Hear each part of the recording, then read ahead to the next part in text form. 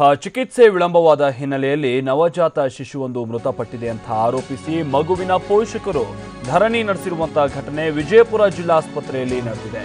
ಈ ವೇಳೆ ಮಗುವಿನ ಪೋಷಕರು ಜಿಲ್ಲಾ ಶಸ್ತ್ರಚಿಕಿತ್ಸಕ ಡಾಕ್ಟರ್ ಎನ್.ಎಸ್. ದೇಸಾಯಿ ಜೊತೆ ವಾಗ್ವಾದ ನಡೆಸಿದಂತಹ ಪ್ರಸಂಗ ಕೂಡ ನಡೆದಿದೆ। ಇದು ವಿಜಯಪುರ ಜಿಲ್ಲಾಸ್ಪತ್ರೆಯಲ್ಲಿ ನಡೆದಿರುವಂತಹ ಘಟನೆ। ಮಗು ಸಾವನ್ನಪ್ಪಿದೆ, ಆದರೆ ಶಿಶು ಸಾವನ್ನಪ್ಪೋದಕ್ಕೆ ಕಾರಣ ವೈದ್ಯರು ಚಿಕಿತ್ಸೆ ನೀಡುವಲ್ಲಿ ವಿಳಂಬ ಮಾಡಿದ್ದೇ ಕಾರಣ ಅಂತ ಹೇಳಿ ಆರೋಪಿಸಿ ಪೋಷಕರು ಇವತ್ತು ಪ್ರತಿಭಟನೆ ಜೊತೆಗೆ ಸಂಬಂಧಿಕರು ಧರಣಿ ನಡೆಸಿದಂತಹ ಘಟನೆ ಕೂಡ ನಡೆಯಿತು। ಹಾಗೆ ವಿಜಯನಗರದ ತೊರವಿ ಗ್ರಾಮದ ಮನೆಯಲ್ಲಿ ಮುಂಜಾನೆ ಮಗು ಜನಿಸಿದೆ। ಕುಮಾರ ಒಡೆಯರ ಜೊತೆಗೆ ರಾಜೇಶ್ವರಿ ದಂಪತಿಯ ಹೆಣ್ಣು ಮಗುವಿನ ಆರೋಗ್ಯದಲ್ಲಿ ಏರುಪೇರಾಗಿದೆ।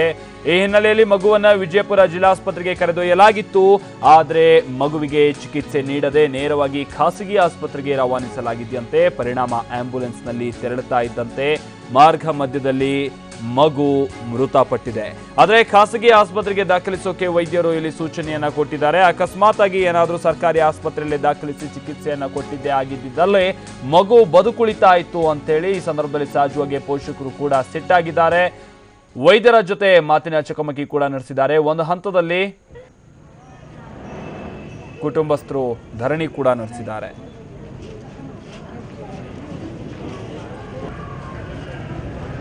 ಪೋಷಕರು ಹಾಗೆ ಸಂಬಂಧಿಕರು ದುಃಖ ತಪ್ತರಾಗಿದ್ದಾರೆ। ಮಗು ಸಾವನ್ನಪ್ಪಿರುವಂತಹ ಹಿನ್ನೆಲೆಯಲ್ಲಿ ಇವತ್ತು ಬೆಳಗ್ಗೆ ತಾನೇ ಜನಿಸಿದಂತಹ ಶಿಶು ಅದು ಅಂತೇಳಿ ಬಂದಿದೆ।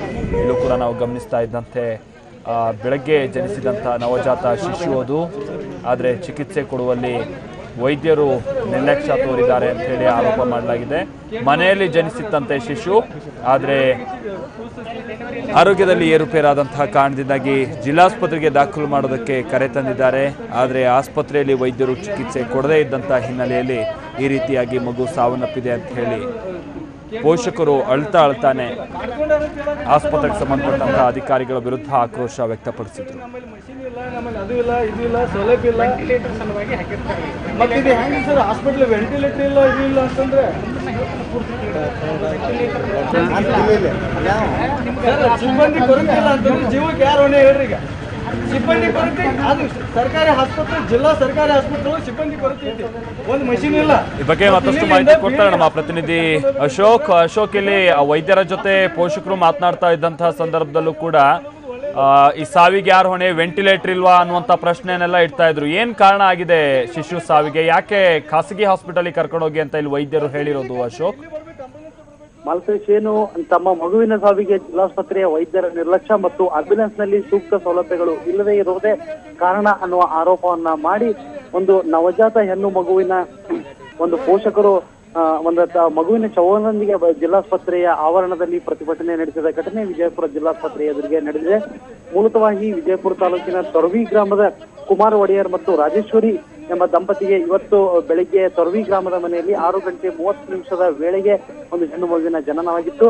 ಆ ಮಗು ಜನಿಸಿದ ನಂತರ ಆ ಮಗುವಿನ ಆರೋಗ್ಯದಲ್ಲಿ ಏರುಪೇರು ಉಂಟಾದ ಕಾರಣ ಪೋಷಕರು ಒಂದು ಜಿಲ್ಲಾಸ್ಪತ್ರೆಗೆ ಆ ಮಗುವನ್ನ ದಾಖಲು ಮಾಡಿದ್ದರು।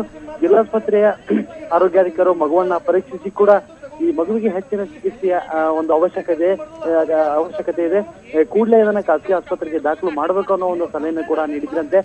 ಈ ರೀತಿಯಾದ ಸಲಹೆಯನ್ನ ಪಡೆದುಕೊಂಡ ಮಗುವಿನ ಪೋಷಕರು ಜಿಲ್ಲಾಸ್ಪತ್ರೆಯ ಆಂಬ್ಯುಲೆನ್ಸ್ ನಲ್ಲಿ ಅದನ್ನ ನಗರದ ಖಾಸಗಿ ಆಸ್ಪತ್ರೆಗೆ ಒಯ್ಯುವ ಮಾರ್ಗ ಮಧ್ಯದಲ್ಲಿ ಅದು ಮೃತಪಟ್ಟಿದೆ। ಮಗುವನ್ನ ಪರೀಕ್ಷಿಸಿದ BLD ಆಸ್ಪತ್ರೆ ವೈದ್ಯರು ಮಗು ಮೃತಪಟ್ಟಿದೆ ಅನ್ನುವ ಒಂದು ಮಾಹಿತಿಯನ್ನ ನೀಡಿದ್ದಾರೆ। ಇದಕ್ಕೆಲ್ಲ ಕಾರಣ ಜಿಲ್ಲಾಸ್ಪತ್ರೆಯ ವೈದ್ಯರ ನಿರ್ಲಕ್ಷ್ಯ ಮತ್ತು ಆಂಬ್ಯುಲೆನ್ಸ್ ನಲ್ಲಿ ಸೂಕ್ತ ಸೌಲಭ್ಯಗಳ ಕೊರತೆ ಅನ್ನೋ ಆರೋಪವನ್ನ ಮಾಡ್ತಾ ಪೋಷಕರು ಪ್ರತಿಭಟನೆ ನಡೆಸಿದ್ರು।